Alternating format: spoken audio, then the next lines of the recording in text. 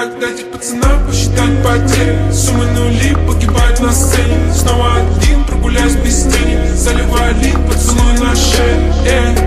Капитан Блан, правый назад, черный каскад. Вижу твой взгляд, степь многоярд. Мог тебя взять, но ты не моя. Так дайте пацанам посчитать потери. Суммы нули погибают на сцене. Снова один, прогуляюсь без тени. Заливаю лик, поцелуй на шее. Капитан Блан, правый назад, черный каскад. Вижу твой взгляд, степь многоярд. Мог тебя взять, но ты не моя.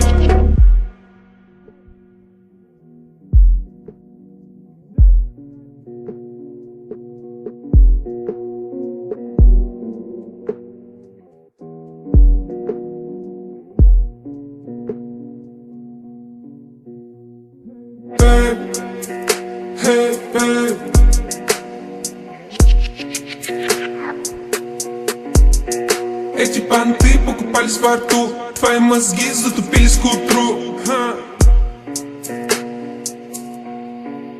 Так дайте пацанам посчитать потери. Суммы нули погибают на сцене. Снова один, прогуляюсь без тени. Заливаю лик, поцелуй на шее. Капитан Блан, правый назад, черный каскад. Вижу твой взгляд, степь многоярд. Мог тебя взять, но ты не моя. Так дайте пацанам посчитать потери. Суммы нули погибают на сцене. Снова один, прогуляюсь без тени. Заливаю лик, поцелуй на шее.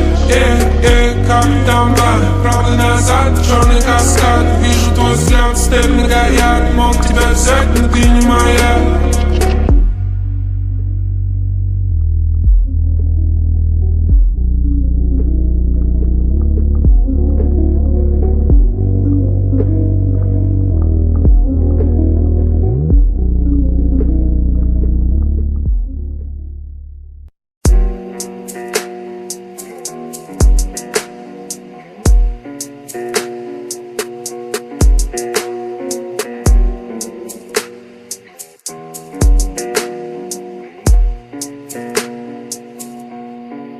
Так дайте пацанам посчитать потери. Суммы нули погибают на сцене. Снова один, прогуляюсь без тени. Заливаю лик, поцелуй на шее. Капитан Блан, правый назад, черный каскад. Вижу твой взгляд, степь многоярд. Мог тебя взять, но ты не моя. Так дайте пацанам посчитать потери. Суммы нули погибают на сцене. Снова один, прогуляюсь без тени. Заливаю лик, поцелуй на шее. Капитан Блан, правый назад, черный каскад. Вижу твой взгляд, степь многоярд. Мог тебя взять, но ты не моя.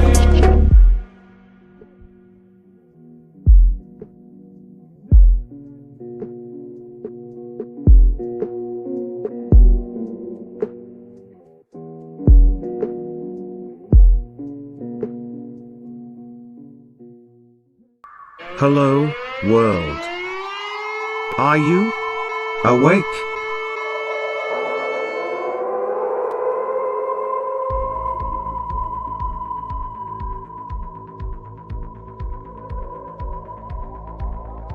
Uniting humankind by liberating millions of minds at a time. Maverick News. The world is watching.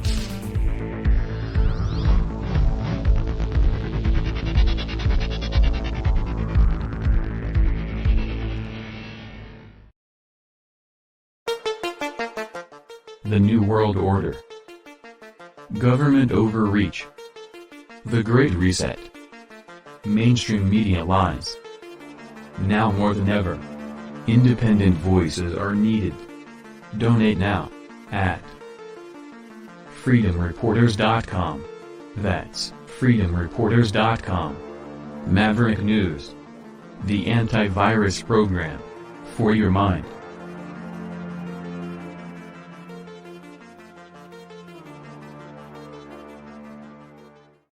All right, time to bring her in. And there she is, Lori. Hello. Hi, Mr. Walker. How's it going? Oh, it's going well. Better now that you're here because I'm excited about what you're going to share with us tonight. So am I. Yeah. Man, I had some interesting reading to do over the weekend. Yeah. I think you said it was about 200 pages long. In that Mm-hmm. range. Yeah, and it's slow going, but boy, it was worth it. It was so worth it. I've mined a bombshell, man. I think I have. Cool. So So let where do me we just begin back with up. this? Yeah. Yeah, let me back up a little bit. Last week, when we had Dmitry Polyansky on the show, Russia's ambassador to the United Nations, I know a lot of you were watching that and hope you enjoyed that interview. But you might recall during the interview, we asked him about the Nord Stream pipeline explosions. He had just introduced a resolution at the United Nations asking them to do a full investigation into what happened. He was calling for an international investigation into the Nord Stream pipeline explosion.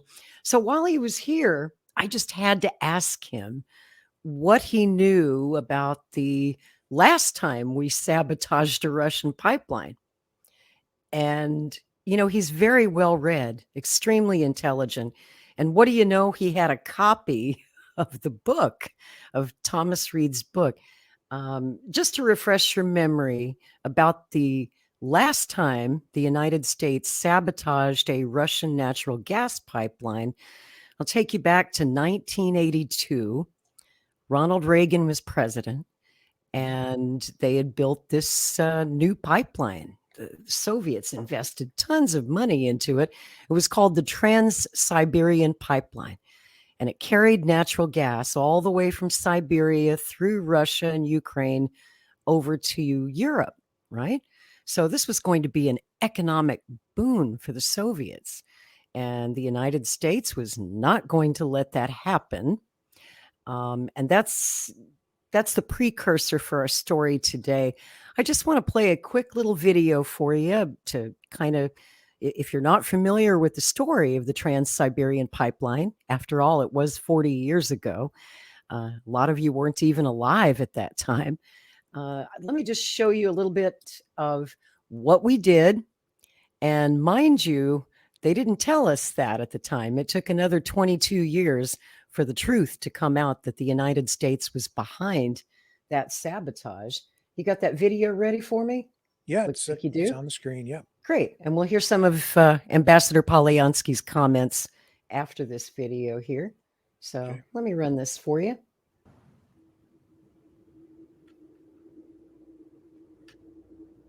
"1980. Two nations are engaged in a secret cyber battle. The public remains unaware. The USSR is building the Trans-Siberian Pipeline, but lacks the automation technologies to safely control the flow of natural gas. So the KGB decides to steal it. The CIA is happy to comply, and using a Russian double agent codenamed Farewell, supplies the Soviets with malicious software, engineered to sabotage the pipeline's control systems. The pipeline is completed, and the software is installed.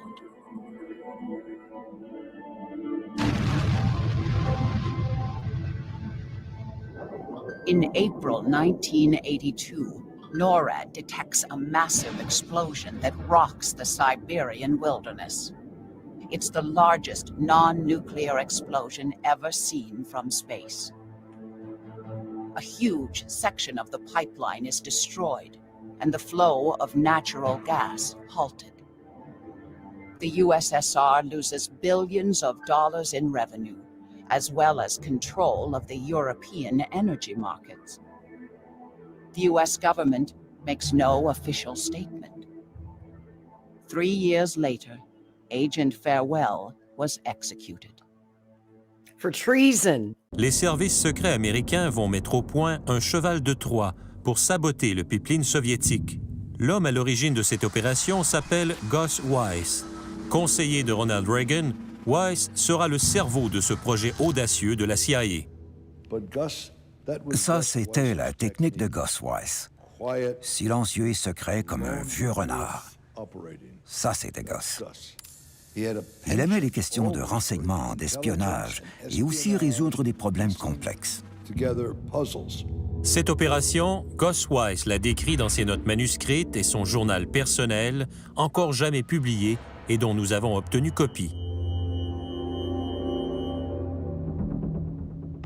Reagan avait insisté auprès du directeur de la CIA pour qu'il trouve un stratagème, une opération clandestine. J'ai présenté mon idée à Bill Casey juste avant Noël 1981. L'idée était simple, laisser les Soviétiques obtenir les technologies qu'ils souhaitaient voler, mais bien sûr, après les avoir modifiées. Ces technologies, des ordinateurs, des logiciels, des turbines de pipeline, allaient être habilement trafiquées pour qu'elles passent les tests de contrôle. Mais une fois installées, elles allaient se détraquer sans qu'on sache pourquoi. 3 semaines plus tard, j'étais convoqué au quartier général de la CIA. Alors le président Reagan, est-ce qu'il était au courant de cette affaire? C'était son idée. Le concept général? Bien sûr qu'il l'approuvait. Nous faisions tout ce qui était possible pour affaiblir l'Union soviétique. L'opération portera le nom de Deception Program. L'objectif, déstabiliser l'économie soviétique. Le résultat le plus spectaculaire, d'après Richard Allen, l'explosion du gazoduc Trans-Sibérien. Ce fut vraiment une belle explosion. Et qu'est-ce que vous savez là-dessus? Rien de précis. Ce n'est pas très clair dans mes souvenirs. Mais évidemment, je sais qu'il y a eu une explosion. Je sais aussi que nous faisions tout notre possible pour fournir aux Russes des technologies pourries. C'était bien, non? Pourquoi pas? Reagan's former White House security advisor, Richard Allen, he says the secret sabotage job was Ronald Reagan's idea. Shocking to Americans. Shocking. Which is probably why the Canadians could make that documentary and we didn't. That's why they didn't tell the American people about it until 2004. That's the year that Reagan passed away. So this big secret was revealed in 2 sources.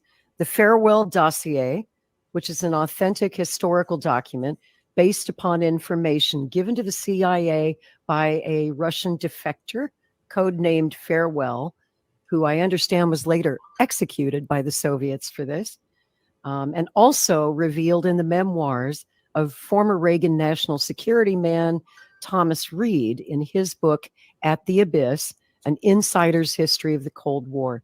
So what I wanted to ask you specifically, I know this incident, it was hidden for so long from Americans and Canadians. How much do the Russian people know about the Trans-Siberian Pipeline incident? Does the Russian government still deny that the US CIA sabotaged that pipeline? Because I know they denied it for years. They said, oh, that wasn't sabotage, that was a construction fault. And also, does Russia view this incident differently now after the Nordstream pipeline sabotage? Well, to be quite short, I learned about this incident from the book that you mentioned. I have it here. It's a very interesting one. There are a lot of revelations. Yep. Mr. Reed's book. Frankly, I didn't know about it. I really think that the majority of Russians, I may be not the less prepared one. I try to read a lot, but I was not aware of this history. So there can be 2 explanations. Either it was a claim for certain reasons, or it's just not disclosed for also some reasons. Maybe there will be some facts disclosed in my country, but I haven't heard about any scandal coming out from this publication. But I'm 5 years here already. I might have missed something. But having said all this, of course, I reread this fragment from Mr. Reed's book. And of course, in the light of this sabotage of Nord Stream, everything is presented in totally different form. And I am absolutely sure that after some time, if not earlier, we will be able to prove, and there will be some kind of investigation that will find people who were behind this earlier, which is supposed to happen. And we will do everything that we can, including in the Security Council. Unless we do this, then in some book, maybe in 40, 50 years, of course, there will be a revelation. And people will say, yes, that was true. We did it for Russia because of this, because of that. I think that that's the trend that's always happening with American politicians. So they deny everything. Then we look into the memoir books and we understand that everything that was done is true. I am very eager, frankly, to really learn. Yeah, that's what he had to say about it, just for the record. So he was intrigued, Rick. He was very, very intrigued. And the day after the interview, Dmitry texted me and he asked, do you have any more information about this Trans-Siberian pipeline? Because I've been looking into this since last October.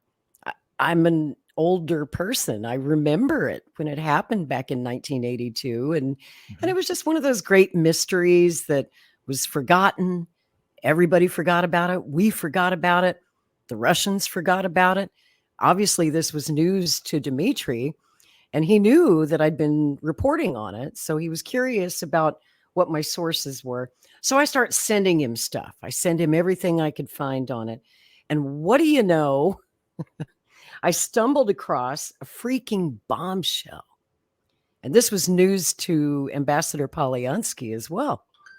It turns out that our current Secretary of State, Antony Blinken, literally wrote a book about the Trans-Siberian Pipeline back in 1987, 36 years ago. This was just 5 years after that pipeline explosion happened, but years before the truth was revealed as to who done it, who blew it up. Now, this was actually his college thesis when he was studying international law at Harvard. He later finished the book at Columbia Law School, and it was such an impressive thesis. You know, all of the old guard international lawyers and the elites were very impressed with this young man, this Antony Blinken. So he got a book deal, and this was published as his very first book in 1987. The name of the book is called Ally versus Ally, America, Europe, and the Siberian Pipeline Crisis. So this book is now out of print, and it's quite rare. There it is. Yep. It was a limited edition printing 36 years ago. You can still find a few hard copies floating around out there at rare booksellers for $70 to $100. But you can save yourself the money, and you can read the whole thing for free at the Internet Archive. And it's a very, very interesting read. If you'd like to read it, I've posted a link on my Twitter. If you just go to Real Lori Spencer on Twitter, and I've written a whole thread. It's a long thread about the Trans-Siberian Pipeline sabotage and how it was a blueprint for what we just did to that Nordstream pipeline.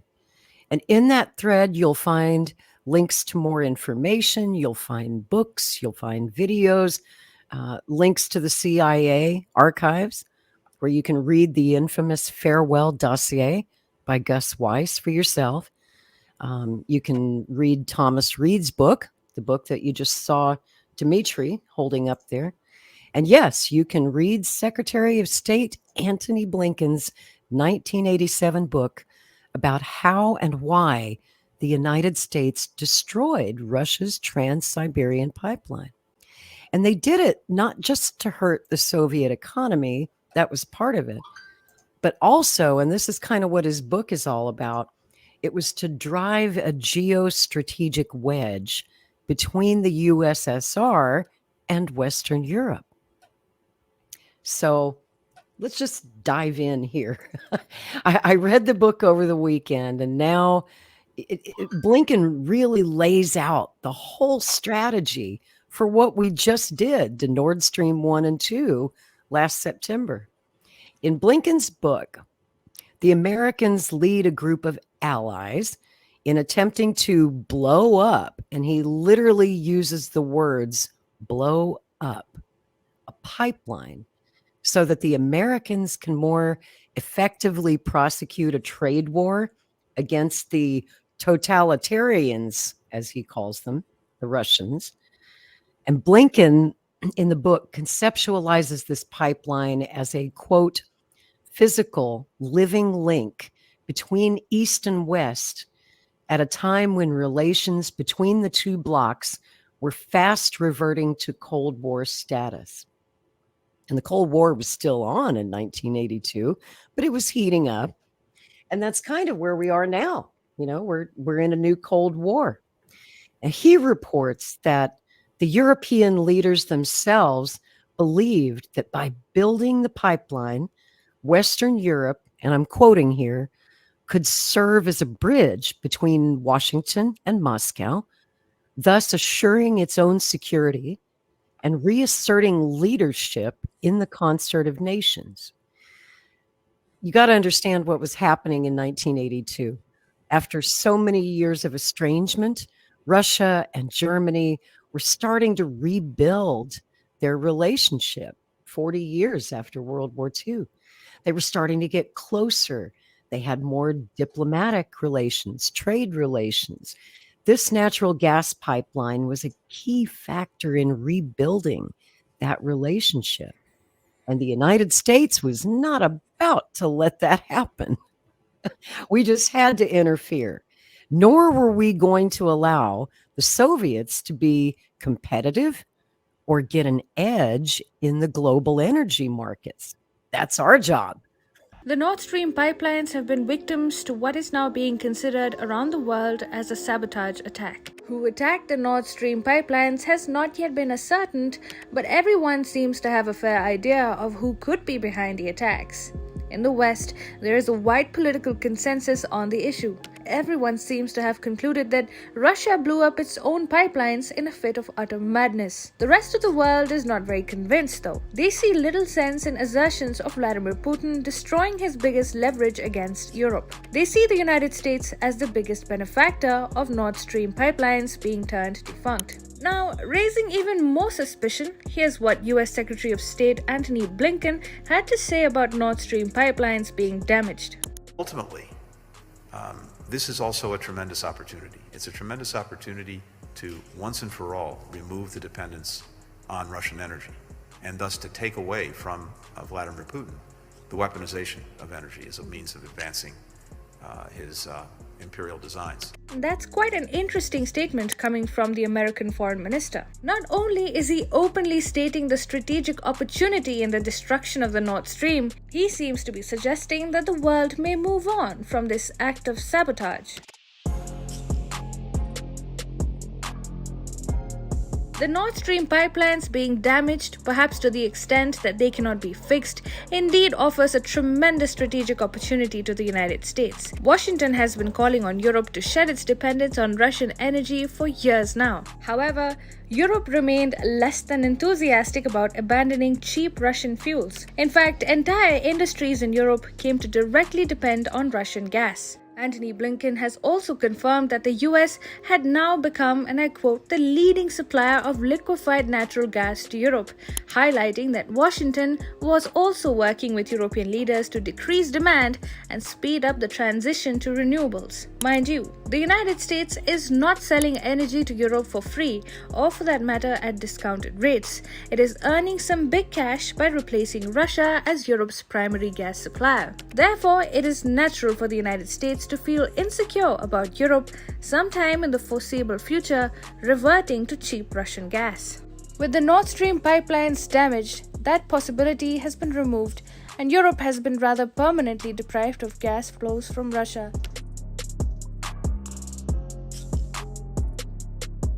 Antony Blinken also spoke about Europe's eventual transition to renewable energy sources. Needless to say, countries in Europe will require significant American help to make that transition possible. What can be seen, therefore, is a switch taking place.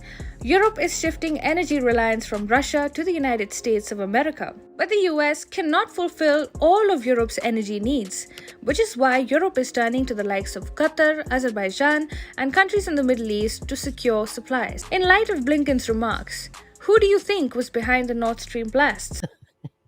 So let's get into that history of the Trans-Siberian Pipeline a little bit more.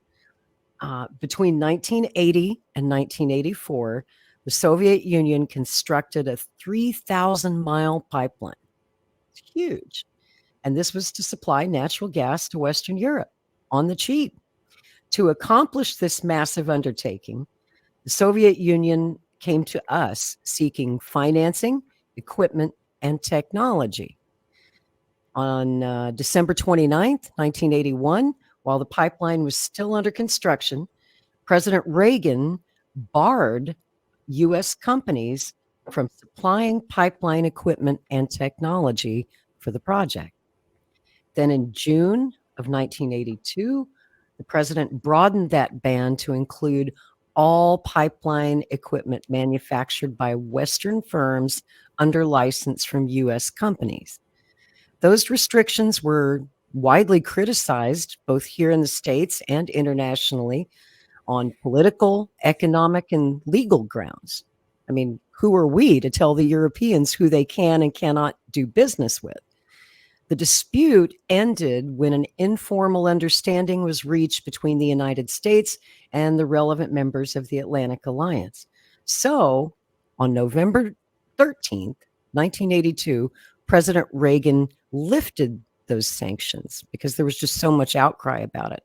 But why did he lift the sanctions in November? Something happened 2 weeks earlier that rendered the whole thing a moot point. The Trans-Siberian Pipeline exploded on Halloween, October 31st, 1982. The plot thickens. As young Mr. Blinken puts it in his college thesis, and I'll just quote this, Western Europe will not forego the benefits of trade with the East in conditions short of war or acute tension. The NATO alliance they joined was meant to be a shield, not a sword. NATO's charter describes a defensive alliance. And that's the same crap that he talks today. You know, they love to talk about how we're a defensive alliance, even though we're sitting practically on Russia's doorstep and we've continued to expand and apply pressure.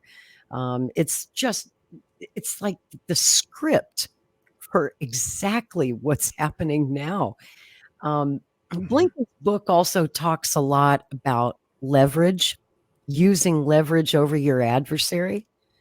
And in presenting all the perspectives involved in that Trans-Siberian Pipeline Crisis, Russia's perspective, Europe's perspective, our perspective, Blinken, it's interesting. He only focuses on the exercise of power, or rather how the particular use of power might be applied on the enemy, in this case, the Soviet Union, rather than on the larger dynamic of peaceful international relations. And throughout this book, it's clear that Blinken is only interested in the tactical uses of power, not diplomacy. And it's ironic considering he's now the top diplomatic officer of the United States. This pipeline does not have gas flowing through it at present. And if Russia renews its aggression toward Ukraine, it would certainly be difficult to see gas flowing through it in the future. So some may see Nord Stream 2 as leverage that Russia can use against Europe. In fact, it's leverage for Europe to use against Russia. Annalena, thank you again for making this journey at the very beginning of the year to snowy Washington, D.C. We're extremely excited to work with you, with your colleagues in the new German government, and we fully expect to continue to make real progress together this year, in the years ahead, on the issues that really matter and make a difference in the lives of our people. This is his idea of diplomacy. So in my own research regarding this pipeline controversy, and oddly enough, I see that Blinken comes to the same conclusion as a college kid. Back then, you see this consistent pattern of decisions that emerged with respect to American sanctions on Russia back in the 1980s. And, you know, things were different back then in NATO in Western Europe.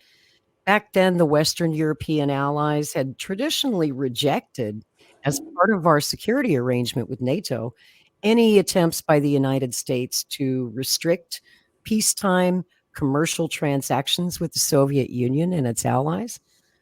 Why? Because it was obviously not in their best interest. I mean, having a cheap, reliable supply of natural gas from Russia obviously was in their best interest. That was in 1982, and it still is in their best interest in the year 2022. Difference was, though, in 1982, Europe didn't cave to the U.S. demands that they sanction the Soviets to not do this pipeline deal with them. Now, 40 years later, totally different situation. The EU leaders did cave to our demands regarding Nordstream and sanctions against the Russians. So one might ask if power is indeed the final arbiter, as Blinken writes. Those are his words, not mine. How was it that the most powerful member of the Western Alliance, the United States, could not lead its allies to achieve that collective security goal, blocking the Trans-Siberian Pipeline from operating back in the 1980s? Was it because of a failure of the tactical uses of power? Or was it just the autonomy of NATO member states? They had the right to say no, and they did say no. They said, yeah, we're going to do this pipeline deal with Russia. We want that pipeline. So if you read Blinken's book, you might be left with the impression that the outcome of that Trans-Siberian Pipeline Crisis was determined not only by the American tactical mistakes. I made a mistake. In the tactical application of political power. Perhaps Blinken was right, because in 2022, the United States, under his leadership, managed to apply tactical power in all the right places, convincing NATO member states, particularly Germany, to go along with this sabotage of the Nord Stream pipeline. And in the process, sabotaging their own economies with all the economic sanctions against Russia. Blinken points out in his book back in 1987, let me read you a quote. Officials in Washington admit that they failed to anticipate the violent European reaction. Europe put up such a strong resistance to the U.S. trying to stop the Trans-Siberian Pipeline project that President Reagan was forced to solve that problem by other means. That's when the CIA and Canadian intelligence were given the green light to proceed with their sabotage project, to just blow the damn thing up, solve that problem. Isn't that interesting? What do you think so far? Well, I think it's seems like it's par for the course, doesn't it? Yeah, and this book is it really is like a mirror image in many ways of what we just experienced. And I mean, the Biden administration denies it. But just Mr. like Reagan Hirsch, did. Yeah, but Mr. Hirsch has a different story in his investigative piece. And I know that you're going to dig in a little bit more into the unique way in which Reagan achieved his goal of having that pipeline blown up. Very unique method of sabotage. Yeah, as a matter of fact, why don't we take a look at, I have a little video on that to show you. And, you know, of course, there's never been an American documentary made about the Trans-Siberian Pipeline. They didn't even tell us that we did it until after Reagan died. It was in 2004 that Thomas Reed, who was a national security advisor to President Reagan, wrote his book, At the Abyss. So they had to wait until Reagan was dead to even tell us, yeah, we did it. We totally did it. And I'll show you this clip. This man right here, that's Thomas Reed, the author of the book. Yep. And he's going to tell you a little bit about how and why we did this and the role that Canadian intelligence played in this whole caper. It is quite a story, folks. Here we go. Die sowjetische Jamal-Pipeline. Durch sie soll Erdgas im Wert von 30 Milliarden Dollar nach Westeuropa fließen, vor allem nach Deutschland. Geld, das die marode Sowjetunion dringend braucht.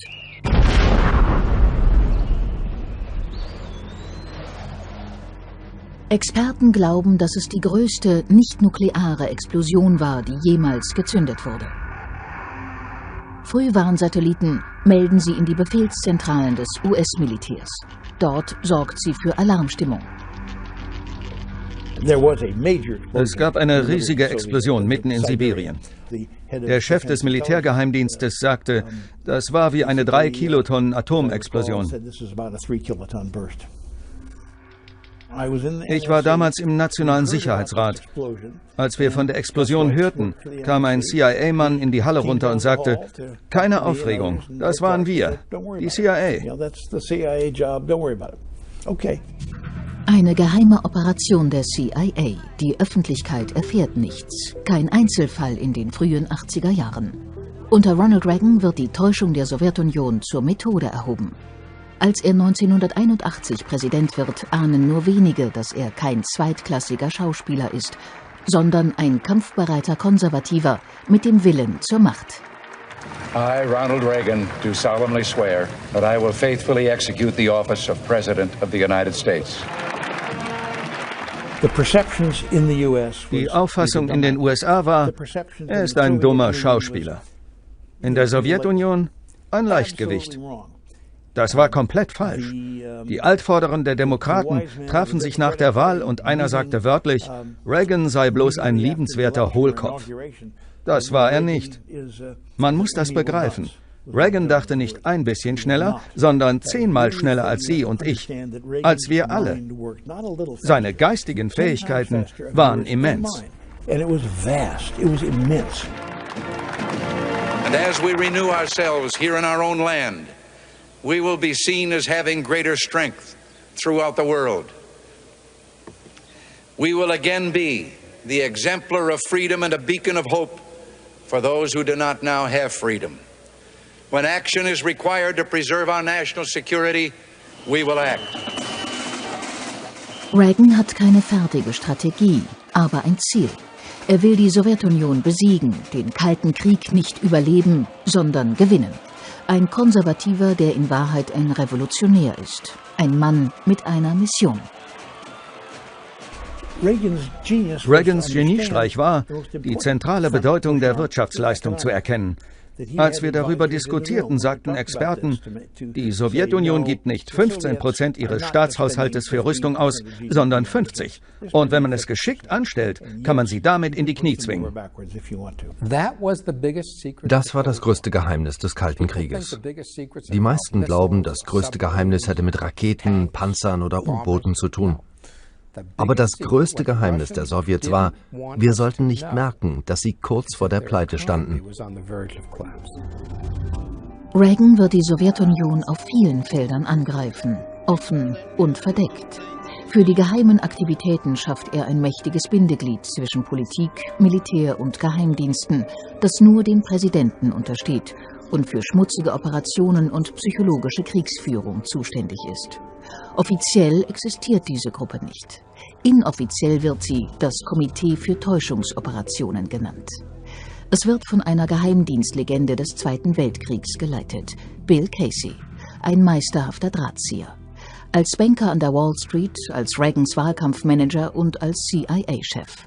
Einer der engsten Vertrauten des Präsidenten. Casey musste an niemanden Bericht erstatten. Wenn er etwas vom Präsidenten wollte, ging er zu ihm rüber, machte die Tür hinter sich zu und sprach mit ihm. Reagan konnte sich auf Casey voll und ganz verlassen.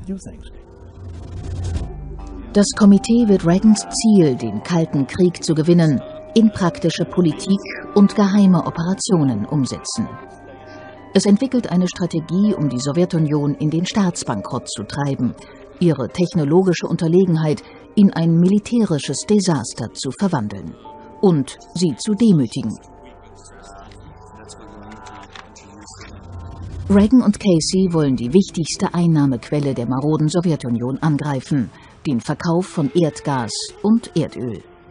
Reagan sucht Verbündete für diesen Plan und findet sie in Saudi-Arabien. Wir setzten bei der Wirtschaft an, sorgten dafür, dass die Sowjets weniger Öl und Gas nach Westeuropa liefern konnten. Das war ihre Haupteinnahmequelle. Also haben wir ihnen den Geldhahn zugedreht. Mit Unterstützung der Saudis konnten wir den Ölpreis senken. Das schädigte ihre Wirtschaft. Es war gut für uns, aber schlecht für sie. So werden die Saudis zu neuen strategischen Verbündeten der USA. Aber die Einnahmen sind nur die eine Hälfte von Reagans Doppelangriff. Als wir die Wahl gewonnen hatten, wurde ich gebeten, dafür zu sorgen, dass die richtigen Leute ins Pentagon kommen. Menschen mit der gleichen Weltanschauung wie Ronald Reagan. Er ließ sofort 15 Flugzeugträger auf Kiel legen. Und statt einer Marine mit 400 Schiffen würden es unter ihm 600 Schiffe werden. Reagan rüstet auf. Die Wirtschaftskraft der USA kann massive Waffenprogramme finanzieren. Die Sowjetunion muss mitrüsten und das bedeutet ihren langsamen Ruin. Wir setzten auf neue Methoden. Zum Beispiel sorgten wir für antikommunistische Aufstände.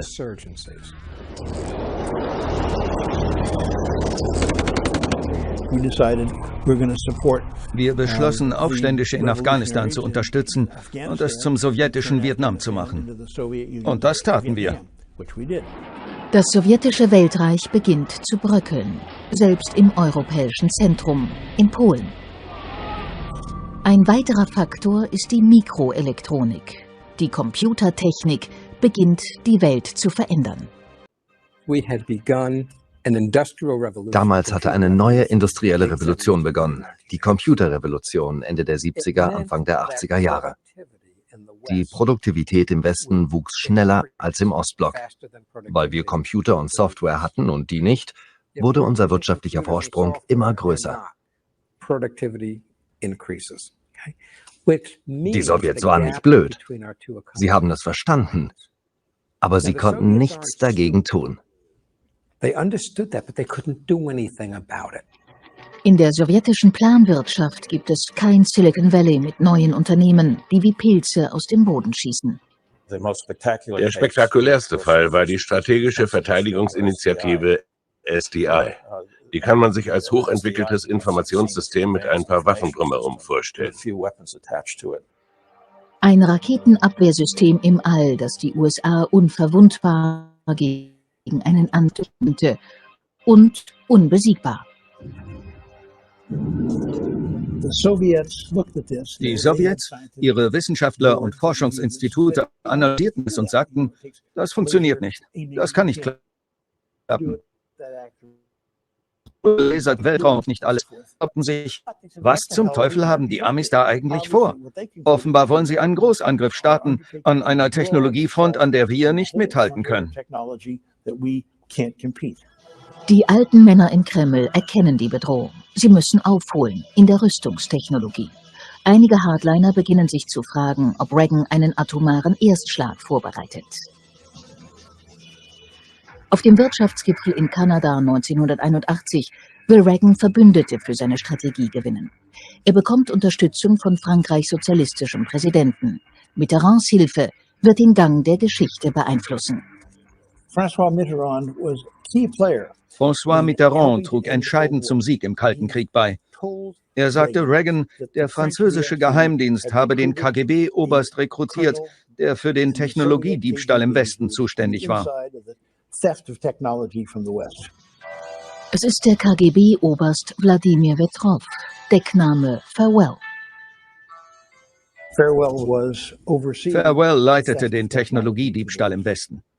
Er packte aus. Er hatte 1000 Agenten überall in den USA und Europa stationiert, die Technologie besorgten, legal, wenn es möglich war, oder illegal, wenn nötig. Reagan ist begeistert.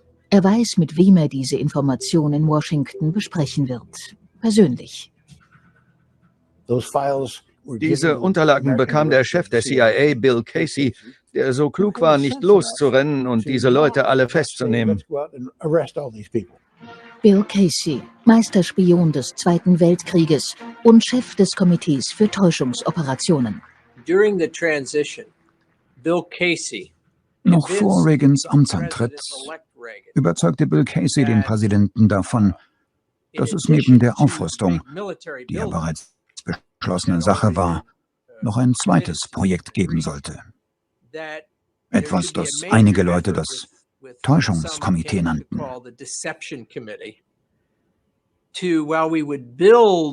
Die NATO-Aufrüstung würde uns zu 3 Meter großen Kriegern machen. Aber durch Täuschung könnten wir den Sowjets 6 Meter Größe vorgaukeln.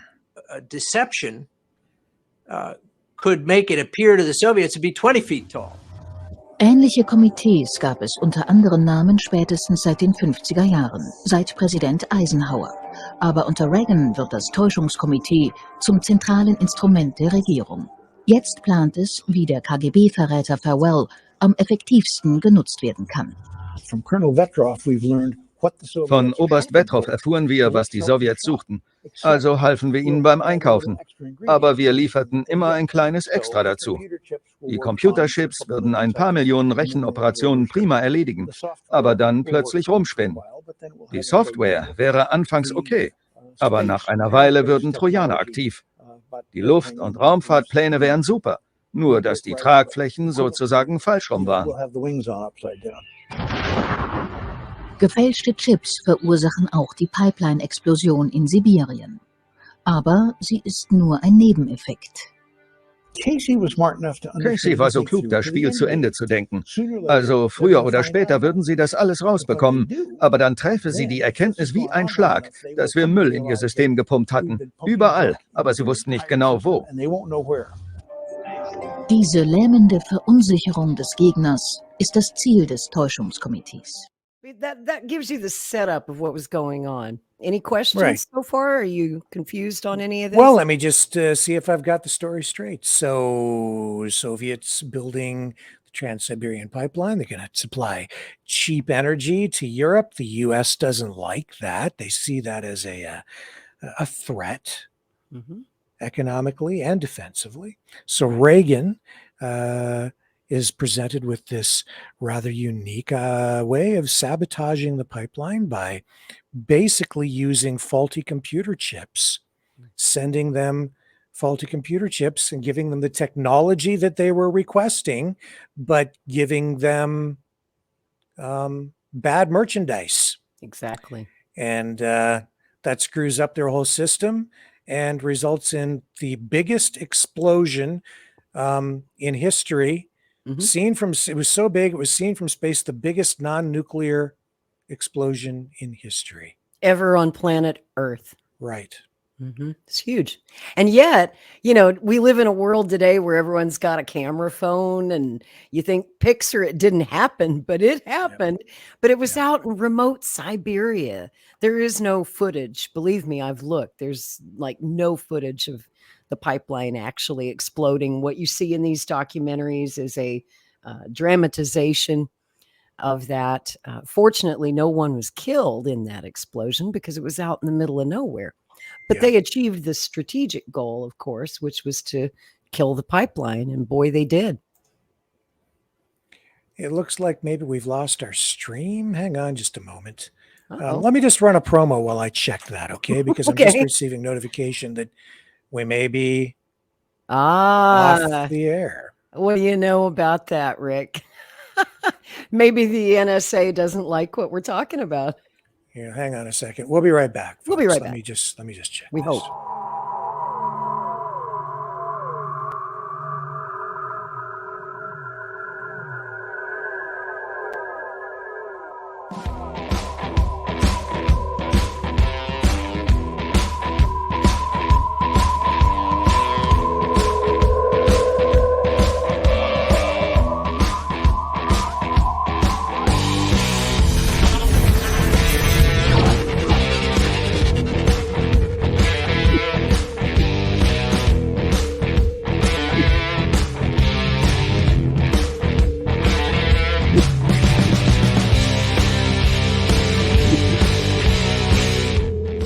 Maverick News. The world is watching.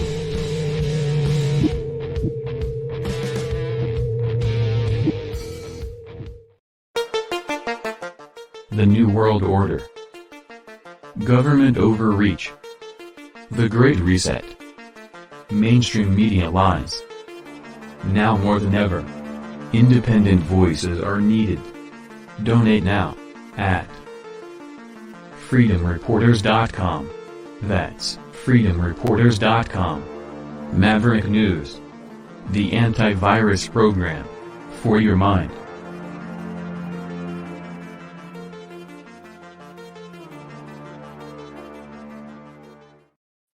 I put in a call to the people over at Google and I said, please, please, please, please, please, could you please restore our feed? And they did. So we're okay. Awesome. I was about to call the CIA. Hey, stop messing with our stream. I'm trying to expose you guys here. Trying to shut me up. I just wanted to tell you guys, if you're curious to see more of that film, that was just an excerpt. That was a German documentary called False Flag, The Reagan Method.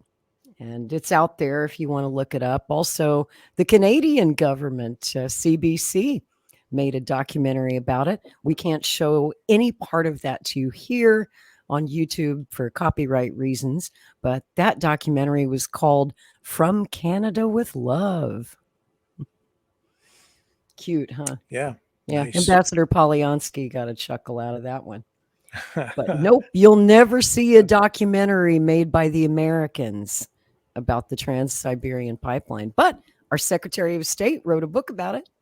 And a little irony in that reference to James Bond in the title, given that the James Bond books are being rewritten to satisfy the woke crowd. So we'll maybe talk about that another night. True that. Maybe tomorrow. And here's young Blinken, right? He's a college student. He's probably, 20 when he wrote this book. Thought he was James Bond, and apparently still does. And I want to go back to Blinken's book here. In that book, I thought this was remarkable. He suggested in his book that there were 3 possible approaches for the West to this problem of managing East-West trade. And those 3 approaches were 1, confrontation, 2, containment, 3, cooperation. Now, back in 1987, Blinken was arguing for the containment strategy, if not cooperation, because as he acknowledged back then, crises such as this pipeline showdown could get out of control really quickly and dangerously between 2 nuclear superpowers. Blinken wrote back then, quote, peaceful trade projects such as the Siberian Pipeline pull the East-West relationship one step back from catastrophic conflict. Back then, Blinken wrote that the best strategy was containment, and he was a big fan of economic sanctions, which he still is.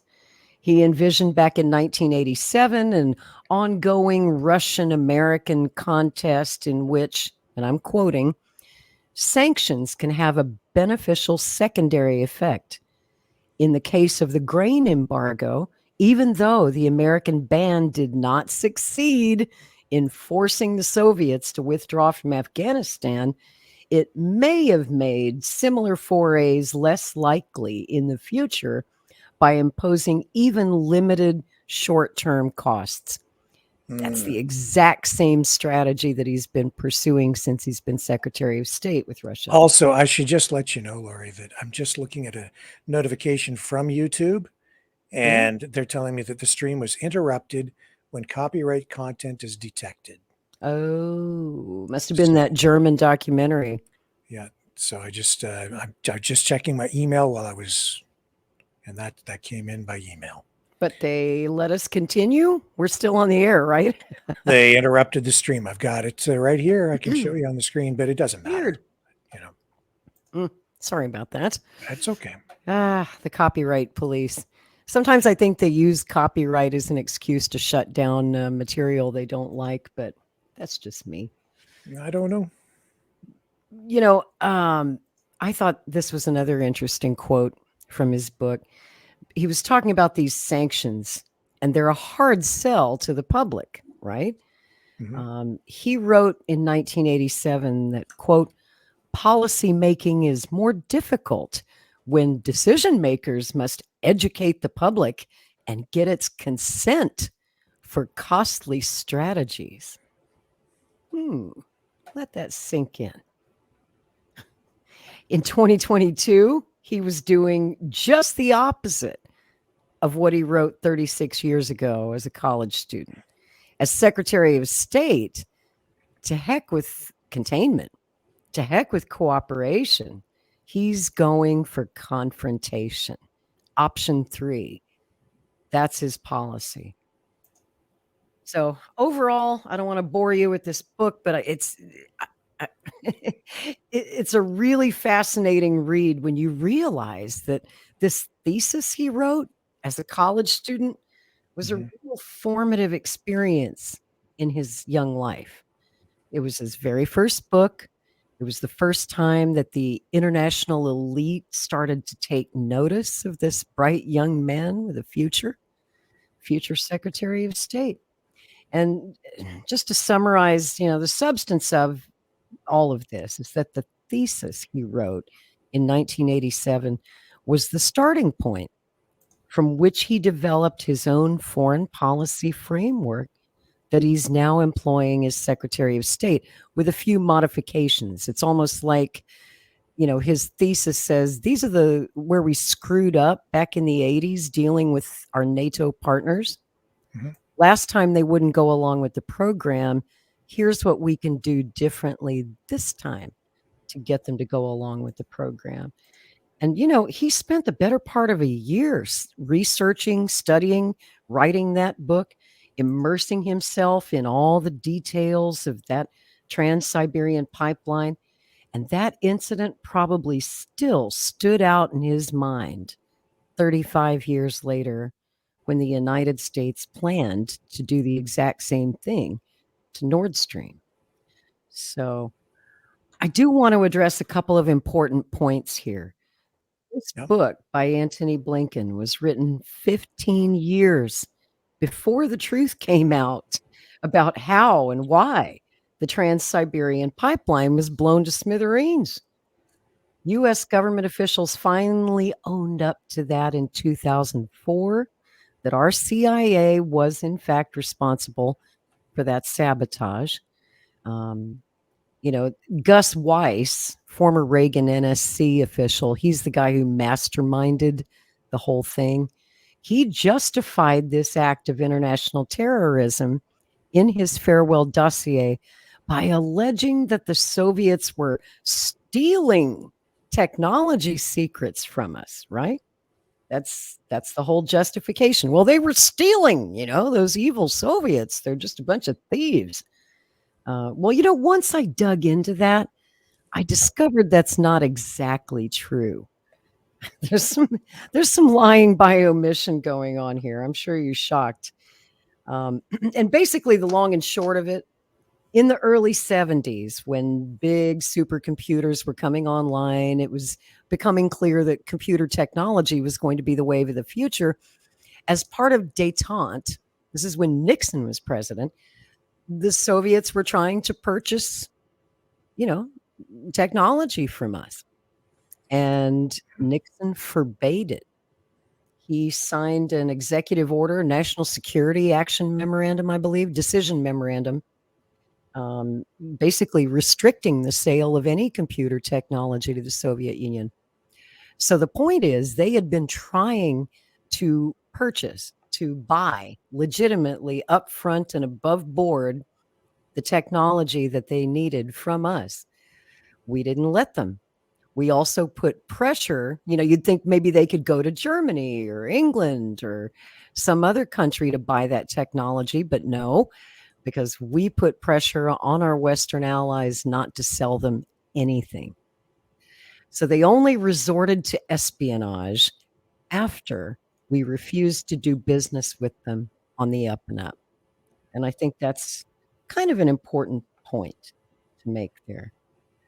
And, Thomas Reed's book, which I've also read, the ultimate goal, which he explains, was to just feed the Russians so much junk technology that they could never really be sure what they got from us was good and what was bogus. And here's a really interesting note. In addition to that Trojan horse infected computer chip that we gave them, the farewell dossier also makes reference to selling them faulty turbines for their pipeline. So it wasn't just the computer chip. There were pieces of hardware too that were bogus. These faulty turbines were designed in such a way that they would work for a little while and then they would sputter and fail. So those turbines may also have had something to do with it.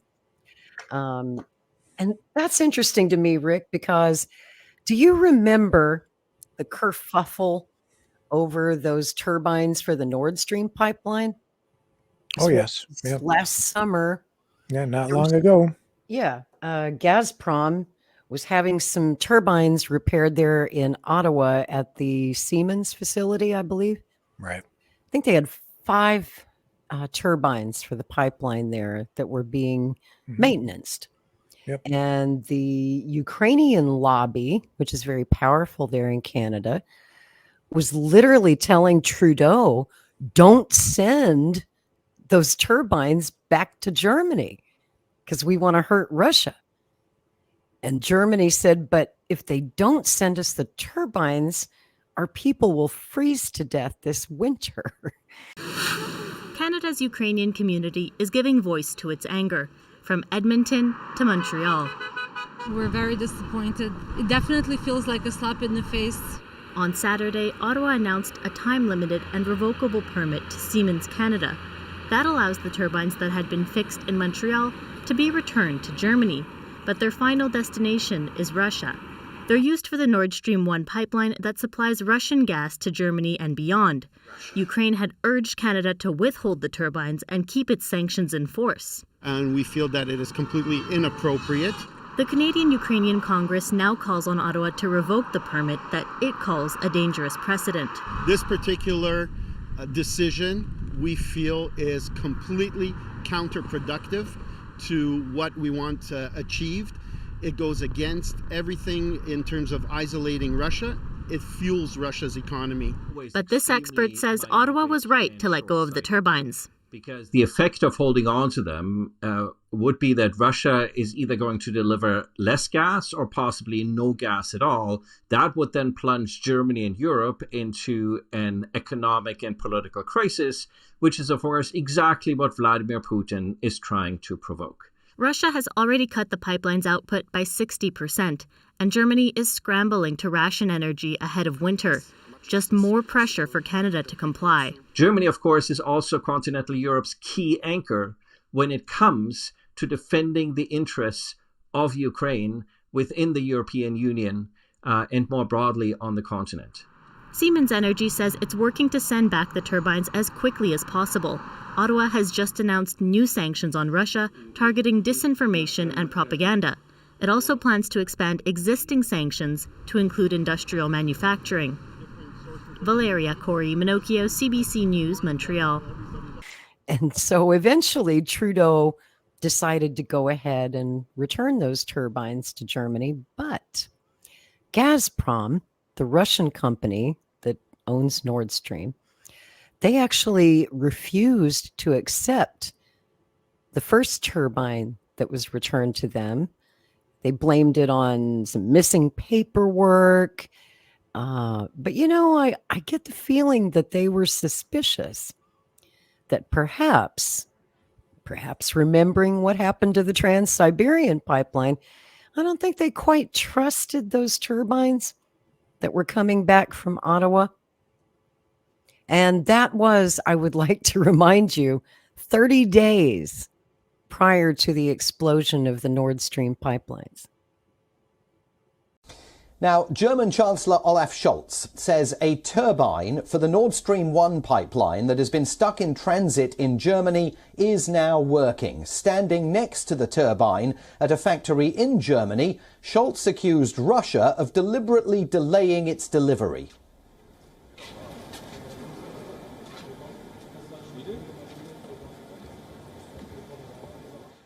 What is important to me is to make it clear that this turbine can be used at any time and that it can be used.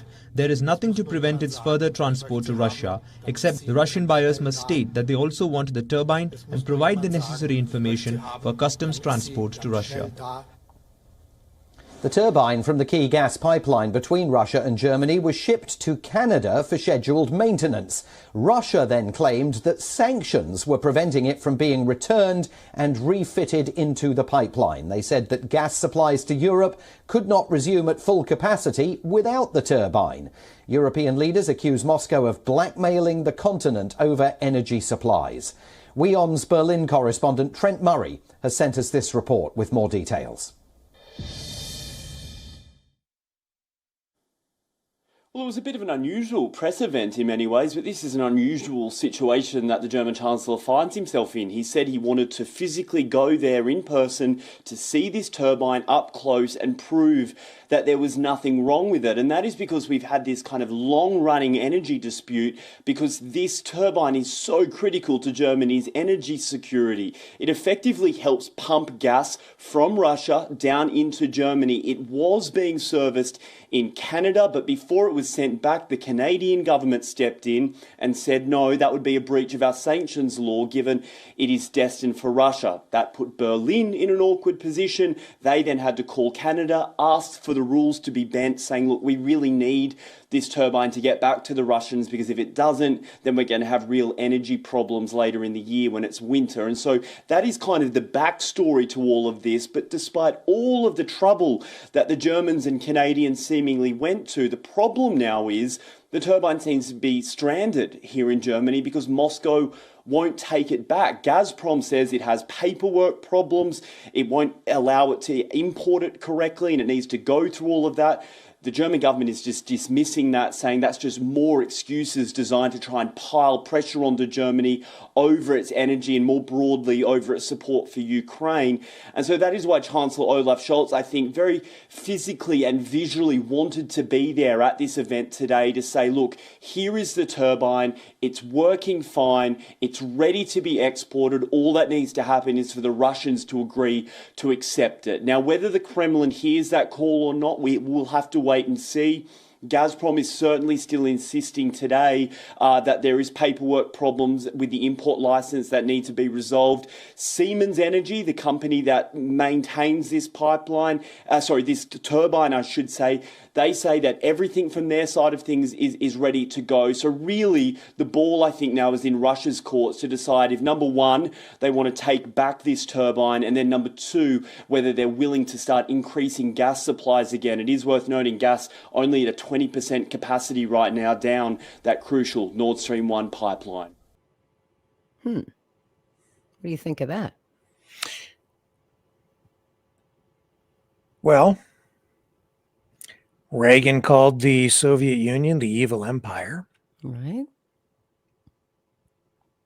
And the attitude continues today. So I don't think any of this should really surprise people that much. The Cold War, I guess, never really quite ended. Maybe that was all an illusion. Mm-hmm. We thought the Cold War was over.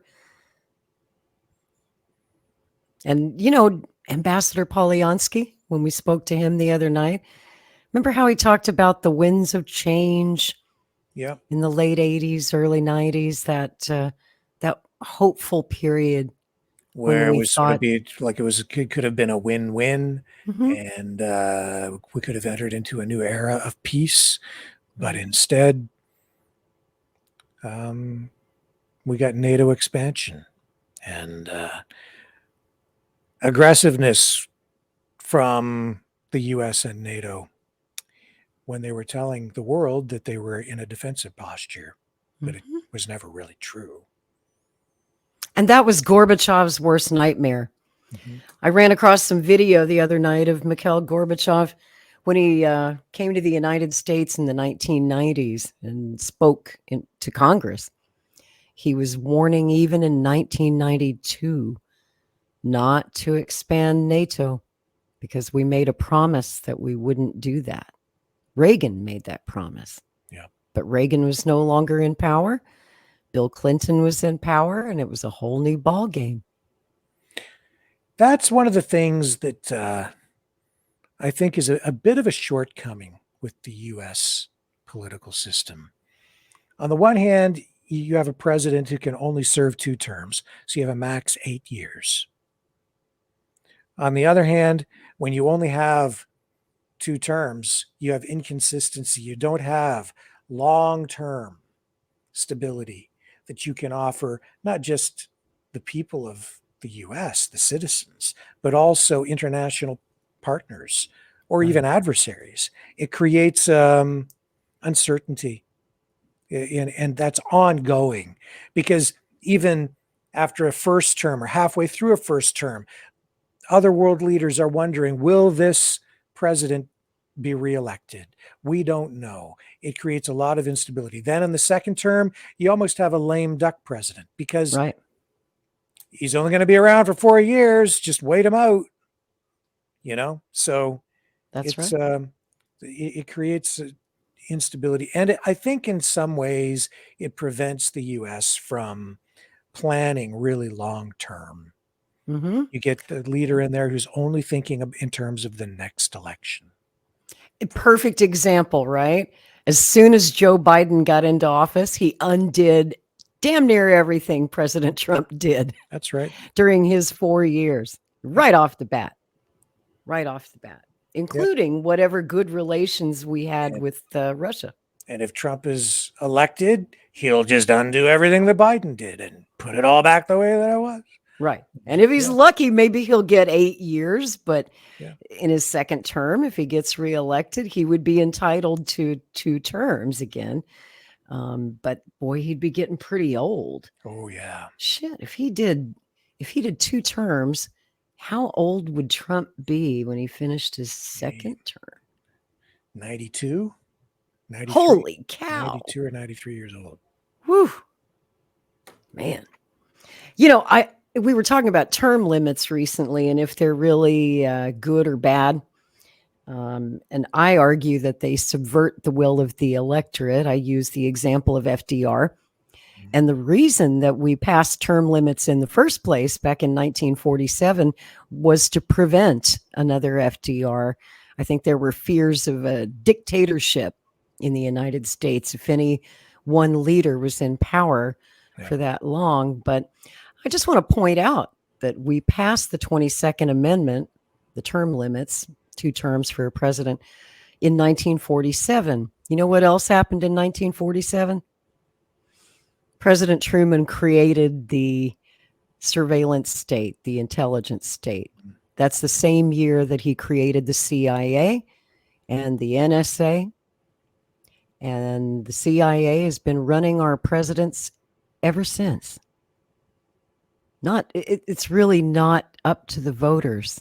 We might get to put a guy in office for 8 years, but if the deep state doesn't like that president, they have ways of getting rid of him. 6 ways from Sunday. Mm-hmm. They got rid of Kennedy. They got rid of Nixon. They got rid of Trump. And they'll find a way to probably get rid of Biden too. I don't know. Yeah. Well, Biden should go. Well, yeah. I just don't want President Harris. Yes. But Scares with the daylights out of me. But with Biden in office, the U.S. has lost its position of dominance in virtually every area, especially economically. You're seeing that these strategies of using economic sanctions and economic warfare have just backfired.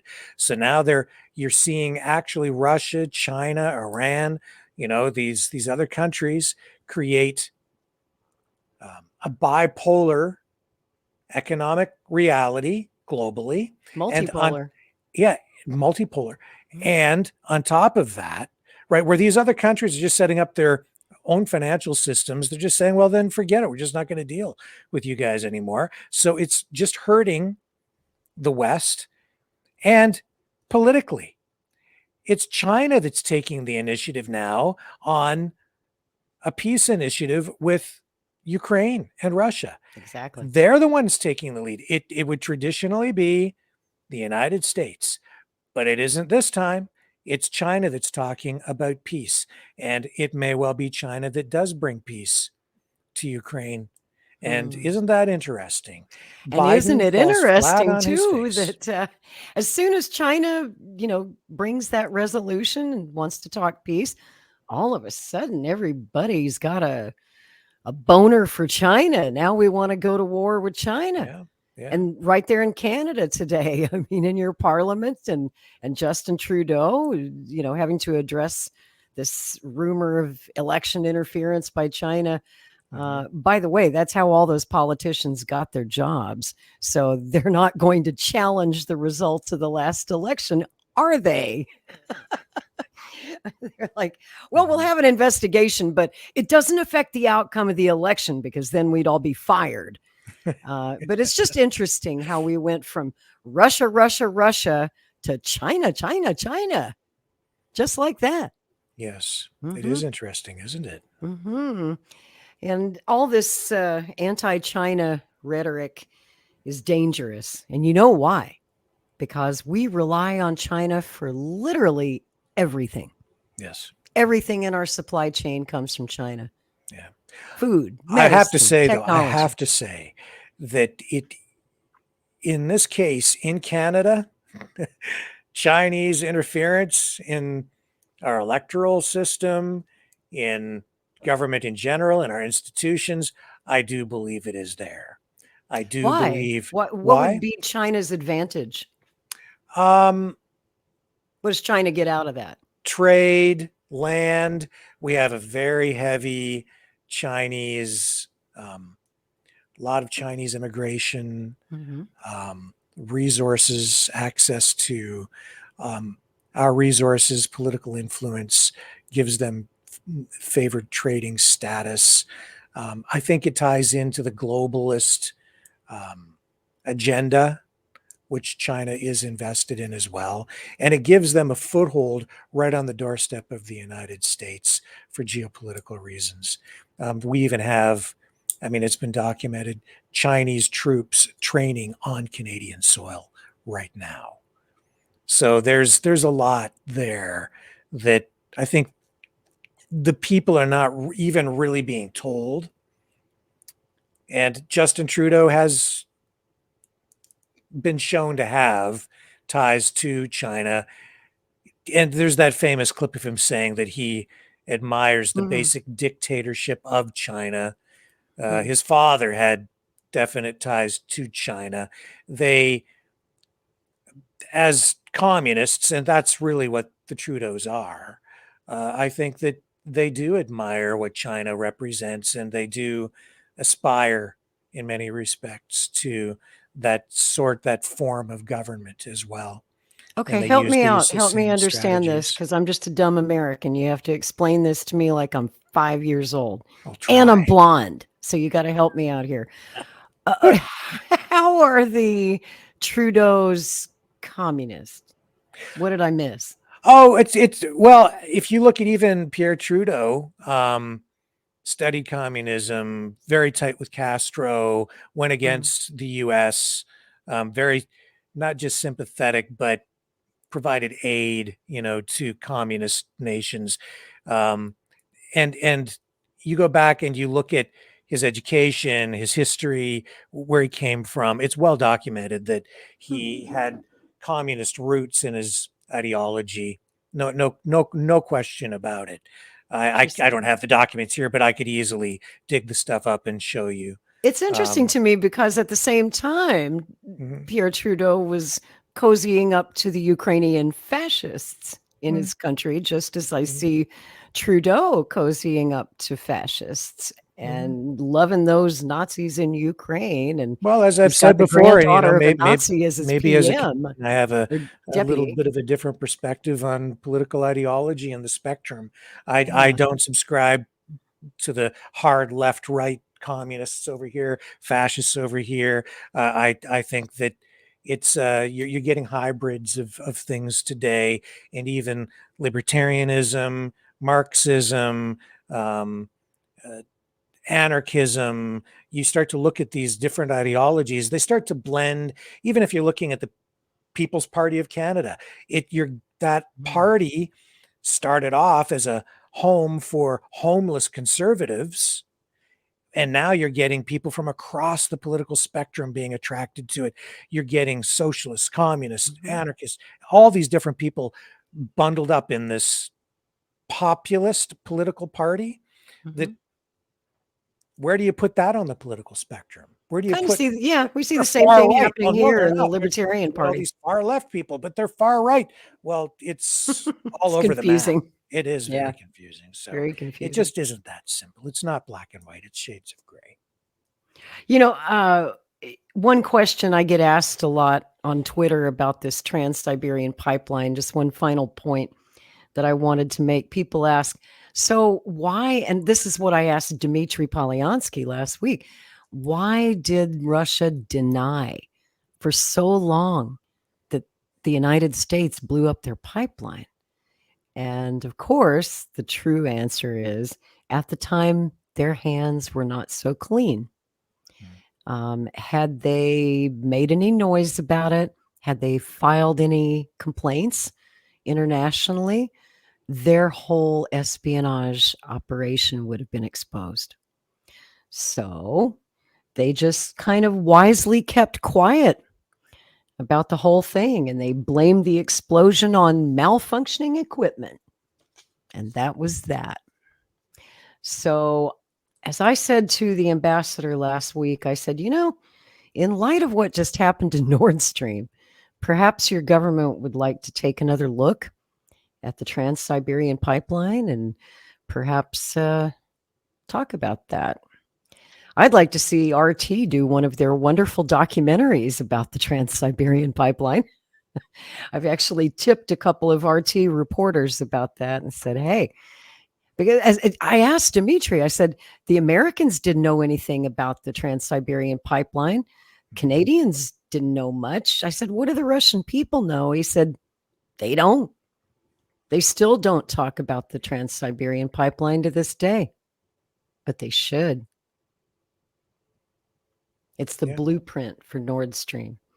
And very, very interesting story. I'm honestly kind of surprised that Cy Hirsch didn't bring it up in his reporting. I mean, it's a long report. It's like a 5,000 word story. Yeah. He's old enough to remember the Trans-Siberian Pipeline, but like so many of us, he probably forgot about it. We all forgot about it. Yeah. It's hard to miss the obvious similarities.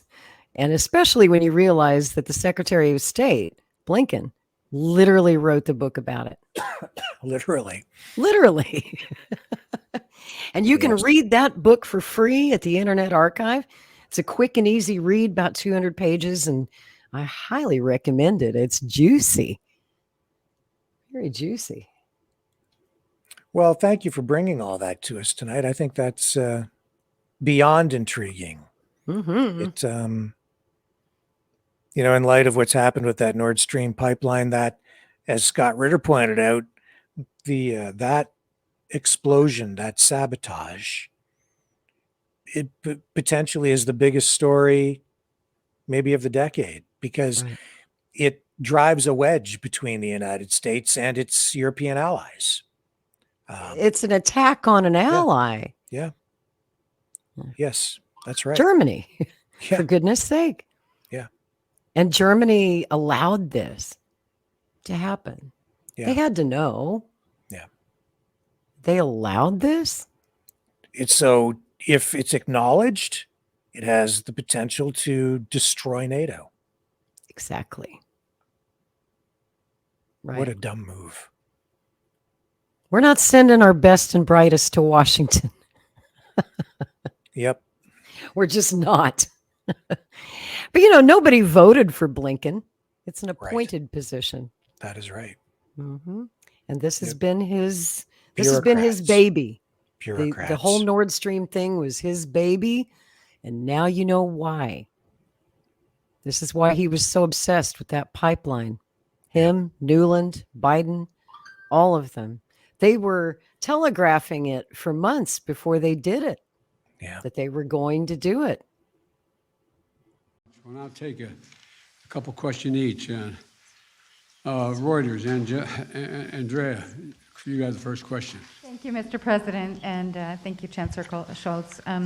Mr. President, I have wanted to ask you about this Nord Stream project that you've long opposed. You didn't mention it just now by name, nor did Chancellor Scholz. Did you receive assurances from Chancellor Scholz today that Germany will, in fact, pull the plug on this project if Russia invades Ukraine? And did you discuss what the definition of invasion could be? Let me answer the first question first. If Russia invades, that means tanks or troops crossing the border of Ukraine again. Then there will be no longer a Nord Stream 2. We will bring an end to it. How will you do that exactly? Since the project and control of the project is within Germany's control. We will. I promise you, we'll be able to do it. Thank you very much for your question. I want to be absolutely clear. We have intensively prepared everything to be ready with the necessary sanctions if there is a military aggression against Ukraine. And this is necessary. It is necessary that we do this in advance so that Russia can clearly understand that these are far-reaching, severe measures. It is part of this process that we do not spell out everything in public, because Russia could understand that there might be even more to come. And at the same time, it is very clear we are well prepared with far-reaching measures. We will take these measures together with our allies, with our partners, with the US, and we will take all necessary steps. You can be sure that there won't be any measures in which we have a differing approach. We will act together, jointly. This is a good idea to say to our American friends, we will be united, we will act together, and we will take all the necessary steps, and all the necessary steps will be done by all of us together. Today to turning off and pulling the plug on Nord Stream 2? You didn't mention it, you haven't mentioned it. As I already said, we are acting together. We are absolutely united, and we will not taking different steps. We will do the same steps, and they will be very, very hard to Russia, and they should understand. Well, after the pipeline blew up, social media was, they were posting things like, "Thank you, USA." Oh, stuff like that. Yeah, stuff like that. Just like after the Kerch Bridge was sabotaged going into Crimea, they were cheering about it in Ukraine, like, we did it with our partners from the West. Yeah. Well, he literally took a page out of his old playbook. Yep. Right out of his college thesis. Yep. Unbelievable. That certainly just appears unbelievable. To be the case. Yeah. I did watch a news conference. I don't remember who they were questioning now. I might even have it up here. Yeah, here's some of it here with Cy Hirsch, I believe. This is just from a few days ago. Oh, yes, where they were asked again about Cy Hirsch. Yeah. And Under Secretary of State Newland's saying that the U.S. officials were pleased with the destruction of the pipeline, especially the Sweden secretive investigation. Do you think the U.S. government's denial of involvement is credible? I absolutely do, and I repeat it here. Anything else? Let me follow up on that, if I might, or anybody else at the State Department. any communication with German, Norwegian ambassadors or other allies or officials on this matter? On the matter of Nord Stream 2? On the matter of the latest allegations, which give a fairly, I mean, it's one anonymous source. It is a fairly detailed, it would not be it would not be typical for us to engage allies and partners on something that is utter and complete nonsense and that should be rejected out of hand by anyone who is looking at it through an objective lens. Yes, go ahead. One more aspect on this. One of the allegations that Hersh makes is that it was taken off the CIA in order to prevent involvement, oversight as a covert operation. Did you read the piece? I'm familiar with it.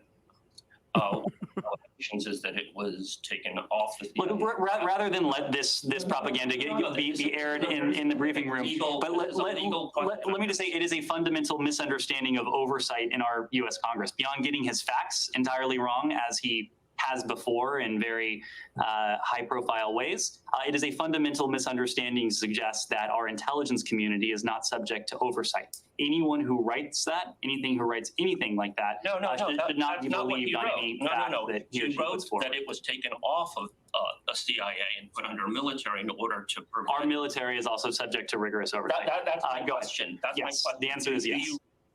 So that's Ned Price. Wow, that was a tense exchange. Why so defensive, Ned? And he said, Cy Hersh is a Russian propagandist now.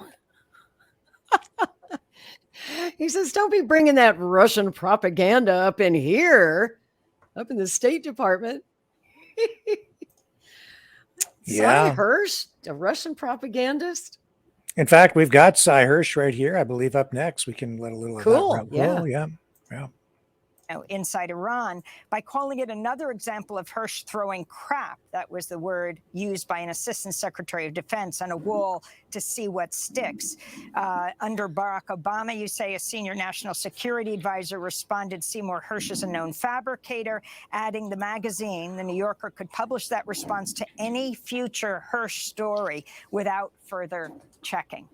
Your response to all of this? Well, my long-gone mother came here as an immigrant and loved America more than anybody, particularly about Ned Price's stuff. She would have said he should have washed out his mouth with soap, which is what she actually did to me a few times. So anyway, that's what can I say? It's, sometimes I won't say truth. That's true. Sometimes different versions of a story cause problems. The reason I went into that sort of soliloquy about what's going to happen possibly in NATO and Europe about Biden's act of saying to Western Europe and Germany, we rather keep our war going, and you can stay cold, is I think it could cause some countries to say, we may be out of here. What do we need NATO for? And American support when in a crisis, they take away our ability to keep our people warm. It also could lead, I think the Green Party has done very well in Germany. The chancellor's from the Green Party. I think it's going to lead to widespread conservative movement politically. And the one thing we did after World War II that was fantastic was we rebuilt Europe into a modern democratic plurality political society. I think it could lead to it won't go as far as it did in Italy. We could lead to some conservative victories and subsequent legislations, because Europe's always had no natural resources. They've always had to rely on others. And the others included us and also Russian gas. And if we want to stop that off, we do it at a political cost. And I think the point I'm making is I'm still going to do more reporting on this because there's still things I need to write about later. I think that this has probably been, in the view of some of the people who did it, one of the dumbest things American government has done in years. And we've had 4 years of Trump, In the long run, I just don't understand why more newspapers, good newspapers like the Times, I still read the New York Times. I don't believe everything they say about Ukraine, but it's still they've got wonderful reporters there. My attitude towards editors is, if we got rid of 90% of the editors in the world, we'd be much better off. But that's always been, since I was a kid reporter, I thought that. So, I don't care what they say. I mean, if I did, I would weep, because some of the stuff is so dumb. It's just so dumb. And the Biden administration putting Ned Price, he's paid to work. I don't fault him. He actually knows intelligence. He had a career in intelligence, and from all I know, he's a perfectly decent. I know people that know him personally, and he's a fine guy. He's just being told what to say, and he says it. Let me just say this: you got to go back to this Secretary of State Tony Blinken after the bombing in September. He made a speech in which it was a press conference in which he made a gratuitous statement. He said, one good thing is that no more will Russia be able to weaponize gas. And the notion of Russia weaponizing gas with Western Europe to get fame and to diminish our power over, or our authority, or our economic ability, control over Western Europe has been a theme of this country for 2 decades. It's not a new theme. Oil scares the hell. Russian oil and gas always scared the hell out of Washington. That's right. Now your question is still. Yeah, and so lastly, the Norwegian government has claimed that one of the ships that you mentioned in your article that was involved in the planning of this or preparation of this was not present at the time of these exercises. What do you make of Norway's denial? Let me tell you something about Nicaragua you don't know. One of the things that happened in Nicaragua, the CIA guys operating there would thrill and get excited. There were speeches there, and even in the worst of times in the Sandinista movement, they would go in their little motorboats off the beaches and shoot flechettes into the beaches and have a contest to see, I shouldn't say the latter. They would just shoot and know there were casualties. They would just do that and have a lot of fun talking about it and bragging about it. I mean, that's the kind of stuff you get to do when you have a covert operation. And so the Norwegian government that's just completely, I'm sorry. I dropped something here. Okay. The government, Whatever to his camera. Was in the operation. It also have a compression chamber that had been flown in by the CIA. Now I'm getting the details I don't want to bother with. The CIA put in a compression chamber that's put on the ship because it's just a submarine hunter. And the divers at 260 feet, that's the level. The lowest level, the shallowest part of the Baltic Sea, which is off an island called, that's between Sweden and Denmark. And they practiced there. They had to. And for the divers, it was 260 feet deep where the landlines were. And the pipelines are steel covered, but they're also covered by concrete shields. So it's a serious job to blow them up. And at 260, without a compression chamber, they'd have to go up every 90 feet. They're breathing, it's amazing to me. They're breathing oxygen, nitrogen, and helium. That's pretty amazing to me. And they'd have to go up now they could just pop up to the surface. So it was called the Alta. The ship was there. I mean, that's just such a stupid lie. But it's a submarine hunter. They didn't have to stay there. They could just go and the guys could jump off.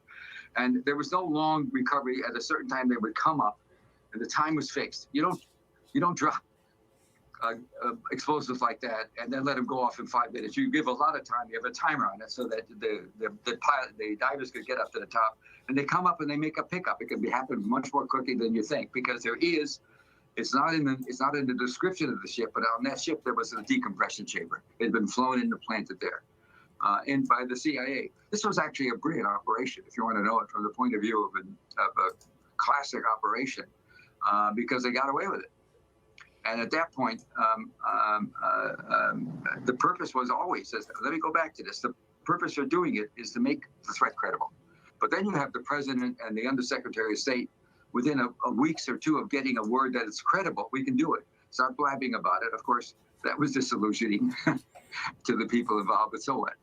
I can't talk about it. You can say it's not true, I invented it, but that's just, look, he did it, and he's going to have up to it. I watch my mail. I watch my Gmail, and I'm seeing every day more and more than I want. I'm seeing more messages from around the world, different countries streaming in. I'm seeing that. I'm seeing something that was And by the way, on Substack, it was, I didn't know about Substack. It's an amazing platform. They had more than 1 million hits on the thing within a day.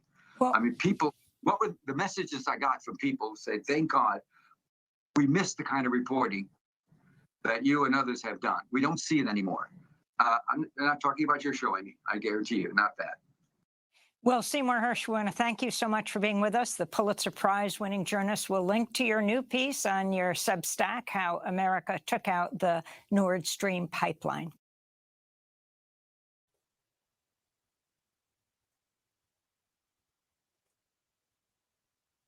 Wow.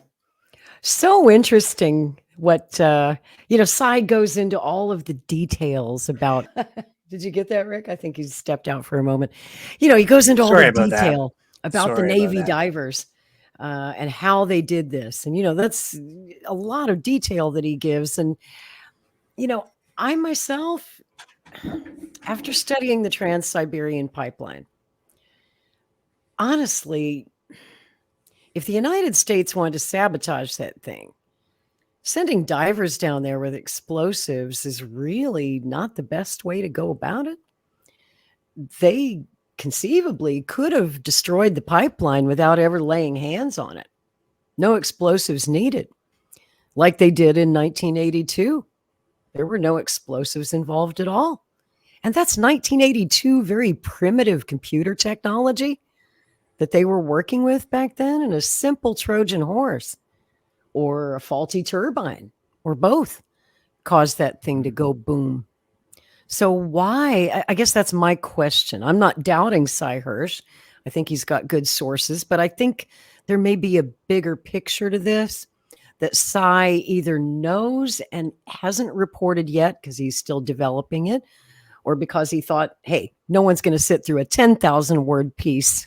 It was hard enough to get people to read his 5,000 word piece. It's long.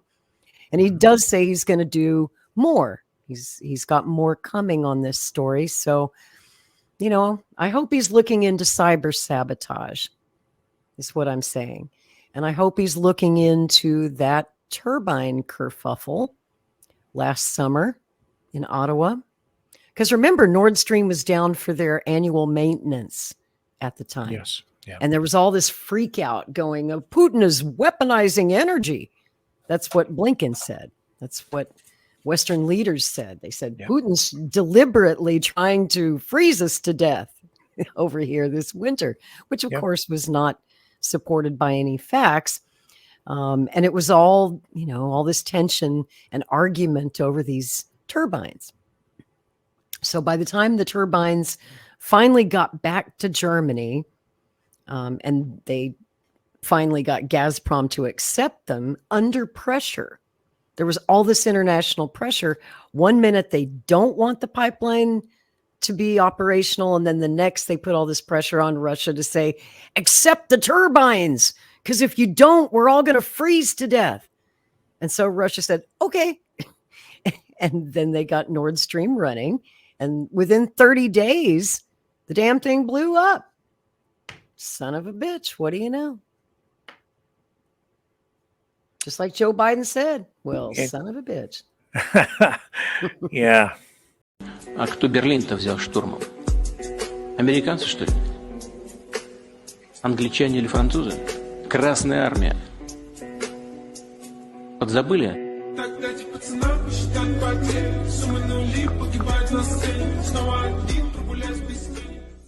А кто Берлин-то взял штурмом? Американцы, что ли? Англичане или французы? Красная армия. Подзабыли? Так дайте пацанам посчитать потери. Суммы нули погибают на сцене. Снова один